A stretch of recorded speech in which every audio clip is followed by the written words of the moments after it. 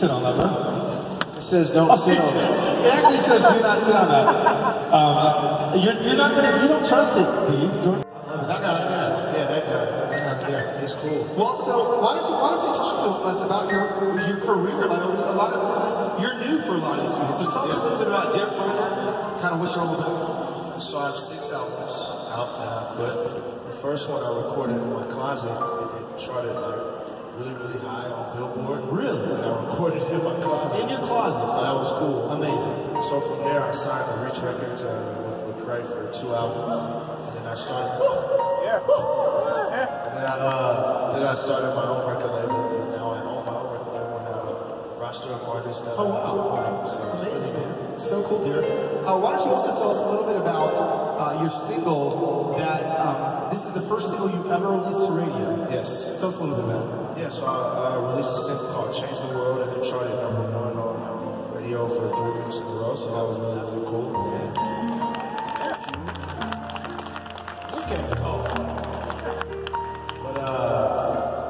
so I was blessed to do that.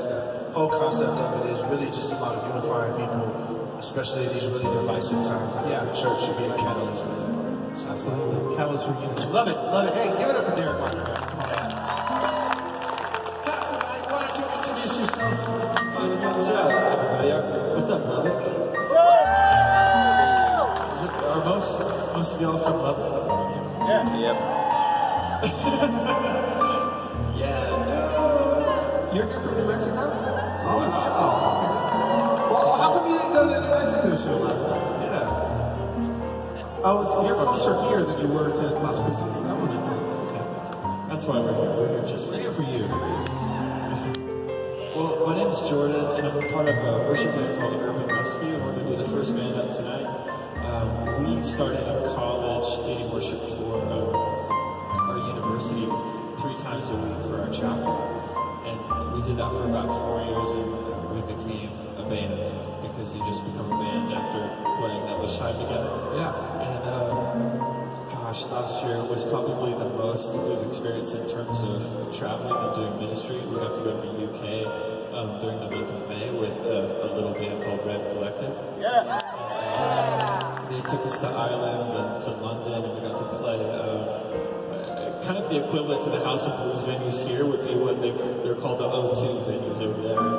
And to see the church alive and well in the UK was amazing.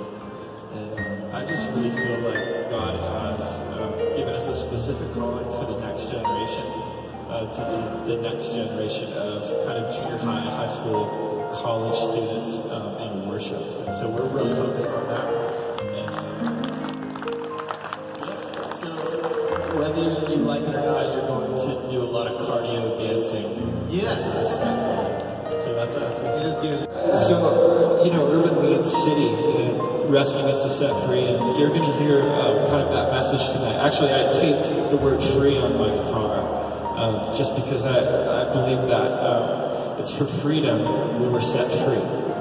And I'm not talking about like a political freedom or the kind of freedom you hear on the news, but the freedom that Jesus gives is really freedom from sin, from shame, from all those things that kind of strap our feet down, all the chains that the enemy wants to wrap around us and that we bring in, and that heaviness, he wants to lift that off of you tonight. So that's why we're here. We hope that somebody gets set free tonight. Love it, amen. So good. Hey guys, please help me thank Derek Minor and Urban Rescue. Lovely individuals. Thank you guys so much for gracing us on stage. So good, so good. So where's that Derek Minor fan again?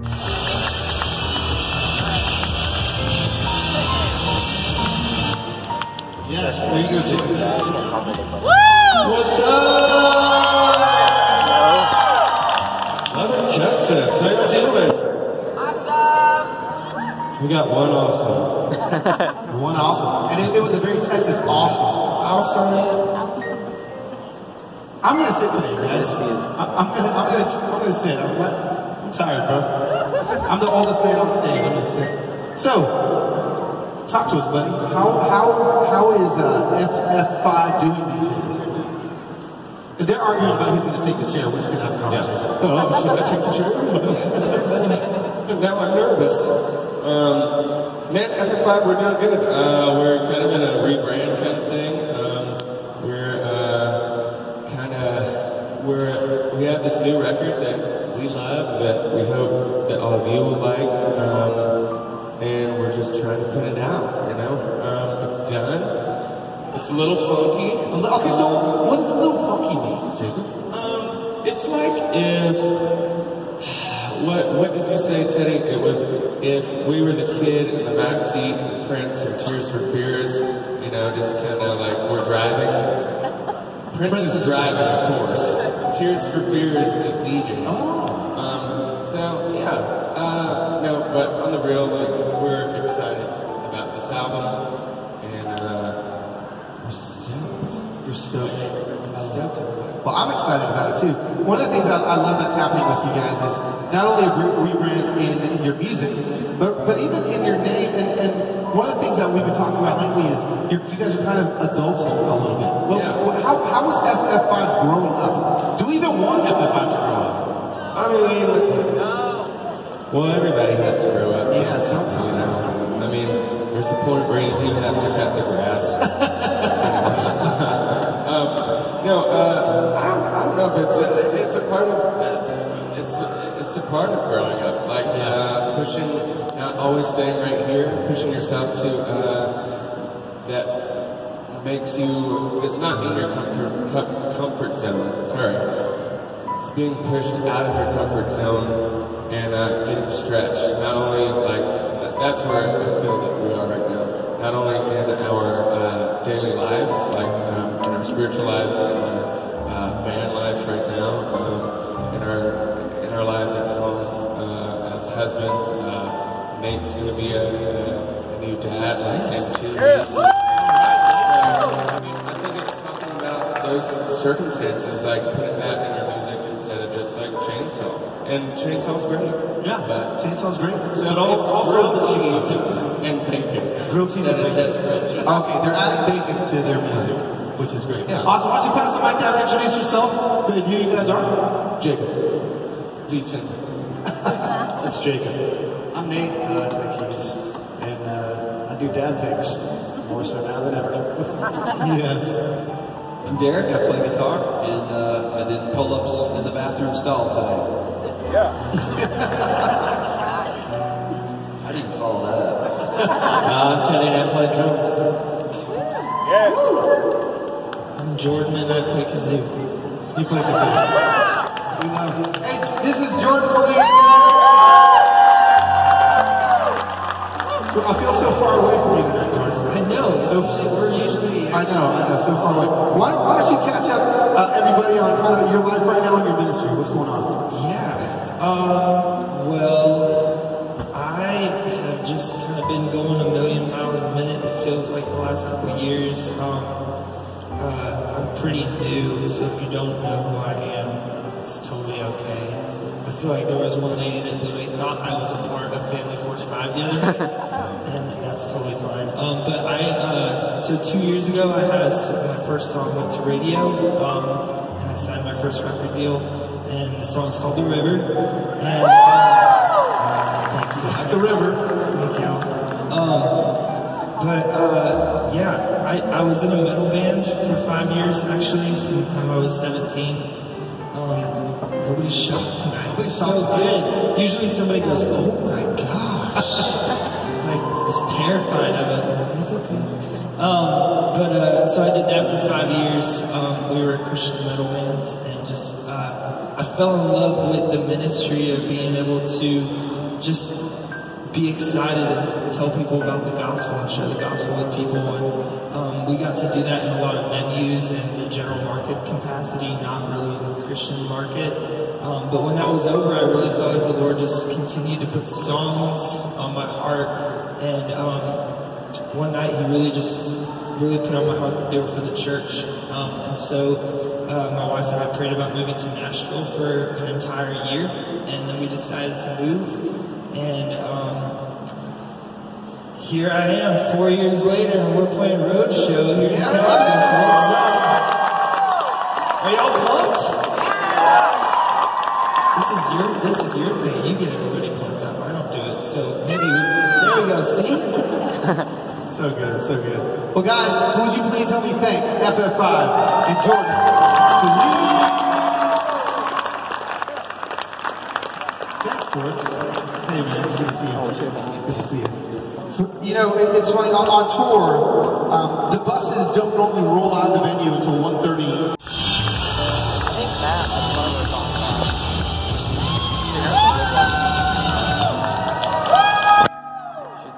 They love their Francesca. I love it. And of course. Fabulous. It's going so good. Well, Frankie, how's your day going? Good. Good. Yeah. You're looking to get sporty again, I like the Nikes. Sporty spice. Sporty spice today. Why don't you catch us up on your vida loca right now? What's going on in your life? Well, this is the baby, not a pizza. Pizzas are fine, but this is a baby. Didn't want you confused. So very excited about that, and baby number 3 just turned 1 last week. Wow, confused. So that's been great, and just really trying not to throw up. This is kind of my daily activities. Every night during Franny's set, I stand right next to the stage with the microphone, just in case she needs to exit quickly. Not that I would come up here and sing or something. No, I wouldn't do that. You just give me the mic off stage. You, speaking of vocal runs, like the amazing one you just pulled off right now. Tell us a little bit about when you started sounding like that, and then when you ended up sounding like you really sounded. Oh, right. Yeah, I remember, like, thinking I couldn't sing, like I didn't really have any sort of special voice. I actually, when I was 11, I joined a show choir called Civic Kids, and the star of that show choir was a gawky 13-year-old girl named Mandy Moore, who nobody knew at the time. Really? Yes, in Orlando, and it was like, oh, just sing like Mandy, and we all wanted to be her, and then one day she disappeared and moved to LA, and the next thing we know, she was a pop singer. But anyway, like, where did your voice go? It disappeared.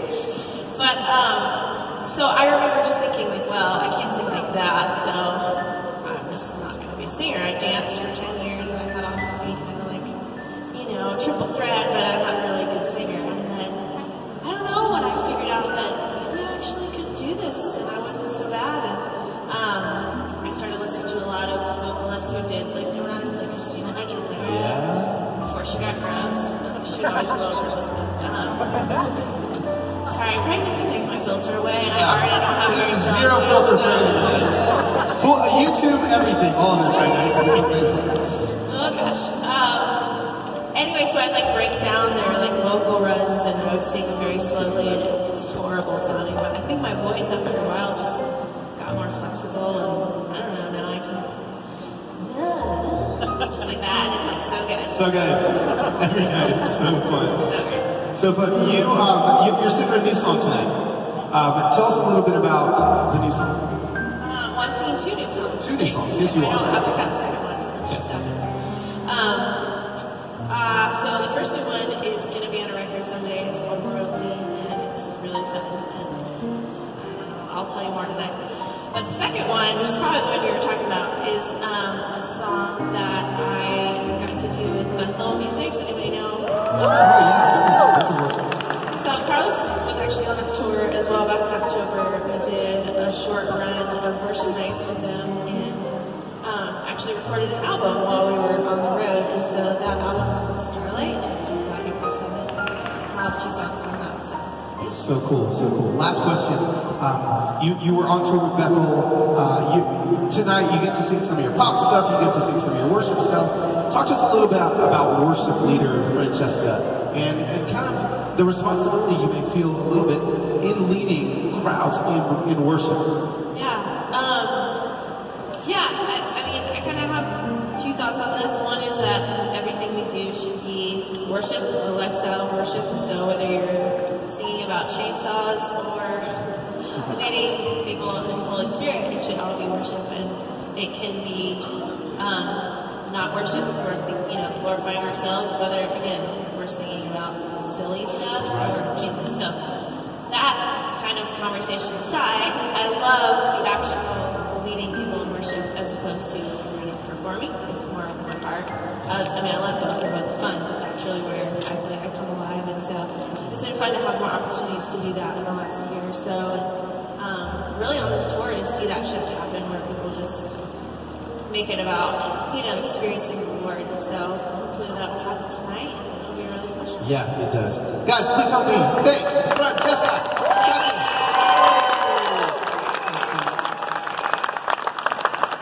This is always the most dangerous part of the night. Getting her down the stairs with no rail. This is far. Oh, you doing good, Patrick? The baby Patrick? My baby. Hey guys. Good to see you. All right. These guys come up with sponsored drinks as well. Well, I was embarrassed because I felt like it was rude to drink in front of everyone. Why don't you introduce yourself? I'm just kidding. I'm Ali. I play with Rain Collective.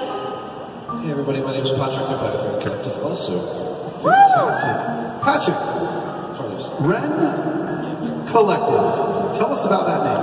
That name is one of the more bizarre names you'll hear in Christian worship these days, but it came from this college age gathering that we started in about 2002, 2003, and that group was called Rend, and the name Rend, it means to tear. It's an old English word. It's found in the King James translation of the Bible, and there's a couple of verses that stuck out to us with that in mind.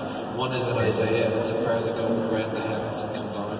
Another one's from Joel 2, and it's an instruction that we'd rend our hearts and not our garments. And basically the heart behind Rend, that group, that movement, was that God would come and be with his people. We would also be open and vulnerable with each other, that we would be putting on a religious show, but that we would be real and authentic. And that's the Rend. Amen. Love that. We'll pass the mic to the collective part of the Rend. And why don't you tell us a little bit about the kind of the start, the start of the band? So we started that college movement. People for in their 20s and 30s back in Ireland. My husband Gareth, he pastored it, and you'll see him on stage, and Chris would have led worship. And honestly, we were inspired a lot by Passion, looking across the pond and seeing what those guys were doing, just trying to reach a new generation. And we would have literally just sang along with Chris Tomlin CDs, if not Redmond CDs. We didn't write our own songs at that time until literally about 5 or 6 years later, we decided to do a worship project and recorded an album. And even though our mums hadn't really heard it, Chris Tomlin actually heard the album and sent us an email and was like, hey, do you want to come on a national tour around America? We had been praying about coming to America, but we're terrified because we thought everybody had cowboy hats and big guns. And so literally in the quickest answer to prayer we've ever had, Chris emailed us 2 weeks later and invited us to your wonderful country, and we've been invading ever since. So good. We love it. Well, we're so glad you invaded America. We're glad you're here. We populated it too. And say that we populated it too. Yes, you populated it too. We populated it first, then we went to Ireland, then we came back. Then you came back. And you actually, you guys have some family out on tour with you, correct? Yes. Yeah, we always said Rain Collective was much more of a family than a band. That's basically it helps us explain why we're not very good. But, so the guys, they travel with their wives. I've got 2 boys on the road. Arthur's 3. Lachlan's 9 months. And yeah, it's a party. It is a party. Your wife is out on tour as well? My wife is out on tour, yes, which is great. So cool. There's like just a whole bunch of Irish people that kind of come flooding in every day. It's great. We can't wait for them to show up. That's the invasion. The invasion. Yeah, it's a daily thing. I love it. We'll pass this over to Melody. Hi. Hello. This is Melody from Passion, guys. Say hello. Hey, so talk to us a little bit about Passion. What is Passion? Who are you guys? What are you guys? Yeah, so Passion started as a movement for 18 to 25-year-olds about 20 years ago. Louie and Shirley Giglio started it because they had a heart really for that that generation and to see them live for what matters most, and that's the name and the fame of Jesus. And so that's where it all started 20 years ago. But then we also have a church, Passion City Church, that we're all a part of in Atlanta, Georgia, which we love. And then there's the band, which is us. So there's a lot of things going on. Yeah. But we love being part of all of them. And that's Yeah. a little bit of it. Well, what I love about all of them is they all are separate, but they all do exist together. You know, it is one heartbeat. Brett, Yes. hey buddy, how are you? I'm wonderful. How are you? Today I was watching your Instagram story. Thank and, you. You're welcome. First of all, you're welcome. Thank you. What an Second of all, you were doing something cool today. You guys were at a local Lifeway store for a reason. Can you tell us why? I can't tell you why. It was amazing. So we just recorded a new record at Passion, the conference in the Georgia Dome, and the physical CD releases today. Come on, Lubbock, Texas. This is big. It releases today. So we're very excited. Hey, good to see you. We're very excited because, you know, what was captured, you know, these are 55,000 college students in the Georgia Dome. And all of these songs are brand new songs. You know, we've got the Passion Crew, which is here tonight, but also there's Matt Redman, Crowder. And Crowder actually did a song with Hillsong United. Okay. That's on this. That's pretty cool. Chris Tomlin, Matt Redman. Yeah, so it's just action-packed. Yeah, so awesome. So that comes out saying, if you're 18 or younger, this is called a compact disc. It's amazing. And you place them inside of things that they play. Right. You know, so it just doesn't come from the air. Like the rest of your music does. So that's awesome. Carlos, we have 3 right here that we purchased at the Lifeway. Oh, you actually purchased this We yourself? purchased them. Yeah. You helped your own record sales today. Fantastic. Hey, listen, that's good. That's good. Well, do you want to do something with this? If we could give these. Yes, we're going to take one of these. Lubbock likes free stuff. Lubbock likes free stuff. Okay. So, Now be careful, because you can like really injure somebody. I am not thrilled. All of a sudden I see Lubbock like this. If you want them, you have to be, the first 3 people to touch the stage. There we go. Well, that kind of just made sure it was those front 3s right there, but not that.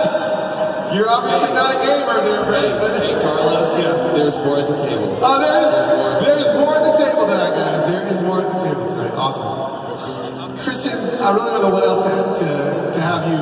It's okay. I think everything has been said. I think so too. This is Christian Stanfield. He's the elder member of the band. When you say that, So it just wise. makes me sound old. I am old. So wise. Well, no. 24. Well, we are. That's not true. That's true. But we're glad you guys are here. Give it up for Passion and Rick Collective.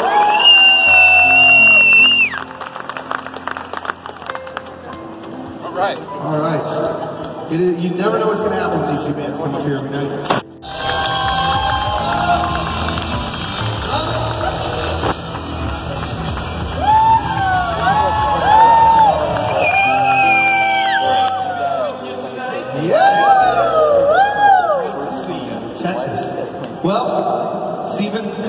Yes, sir. How are you, buddy? I'm good. I'm great. It's a good day.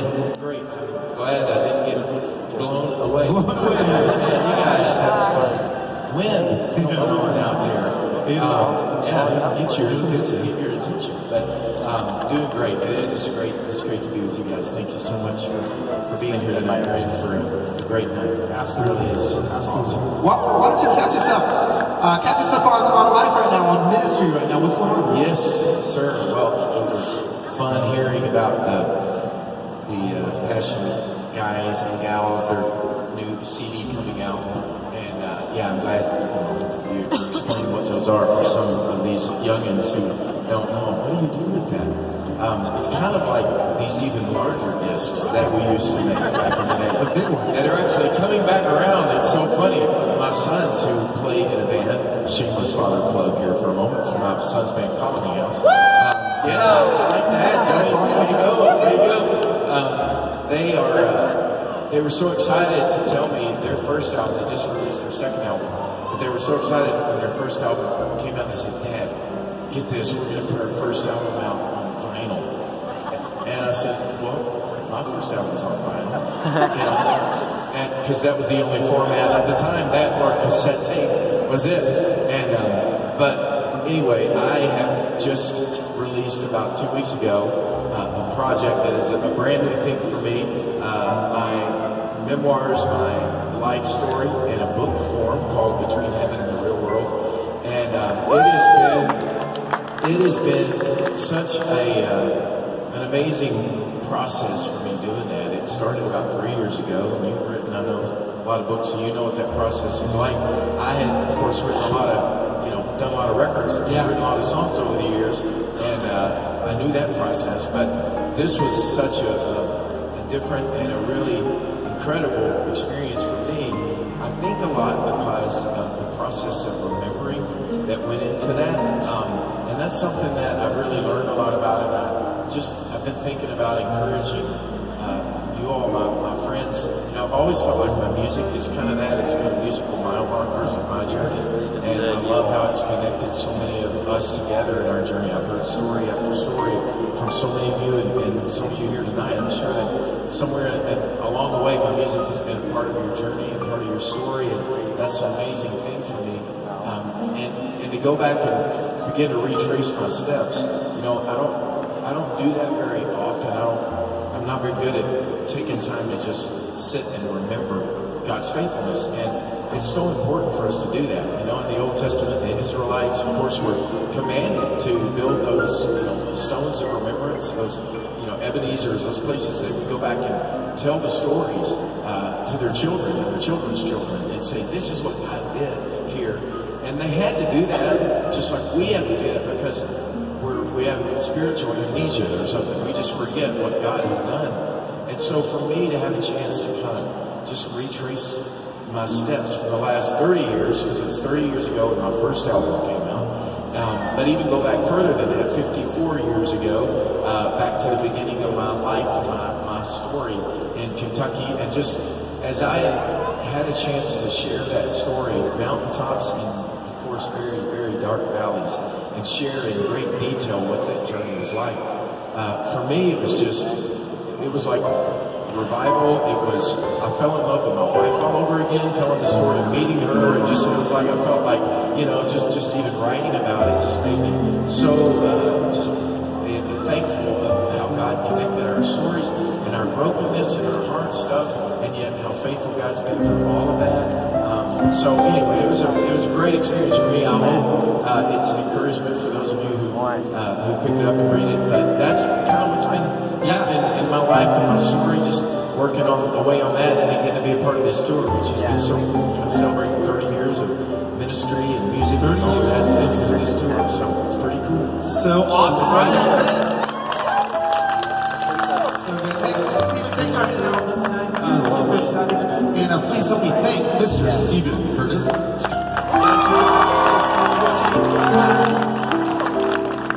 Right on. Put on the stairs. There we go. Awesome. So good.